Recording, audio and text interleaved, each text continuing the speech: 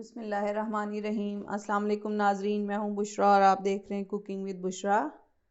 आज मैं आपको बताऊंगी शादियों में बनने वाली इमली और आलू बुखारे की चटनी, जो कि बहुत ही आसान तरीके से मैं आपको बनाना बताऊंगी।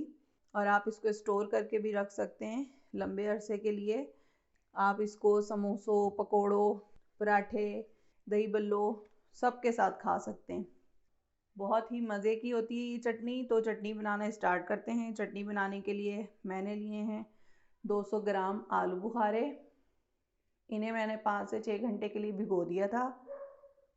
अब हम इसे एक पतीली में डालेंगे, चूल्हा ऑन करेंगे, हल्का सा इसको पकने देंगे। जब इसमें उबाल आएगा तो हम इसमें चीनी शामिल कर देंगे। आलू बुखारों में उबाल आ गया है, अब हम इसमें चीनी शामिल कर देंगे। चीनी मैंने ली है 1 कप। इसको अच्छी तरह से मिक्स करेंगे कि चीनी घुल जाए। चीनी डालते ही देखें कैसी शाइन आई है। चीनी घुल गई है। अब हम इसमें शामिल करेंगे 200 ग्राम इमली का पल्प। इमली को भी मैंने भिगो दिया था। आलू बुखारे जब भिगोए थे 4 से 5 घंटे पहले, फिर इसको मैंने थोड़ा सा पानी डाल के हाथों से मसल के छलनी में छान लिया है, ताकि इसके अंदर कोई भी गुठली ना रहे। अब हम ये शामिल करते हैं, मिक्स करेंगे। अब इसमें जाएंगे ये मसाले। 1 चाय का चमचा है कुटा ज़ीरा, 1 चाय का चमचा है पिसी लाल मिर्च, आधा चाय का चमचा है काला नमक, आधा चाय का चमचा है सफ़ेद नमक, 1 चाय का चमचा है पाँचों मगज। चमचा हिलाएंगे। 1.5 खाने का चमचा इसमें सिरका डालेंगे।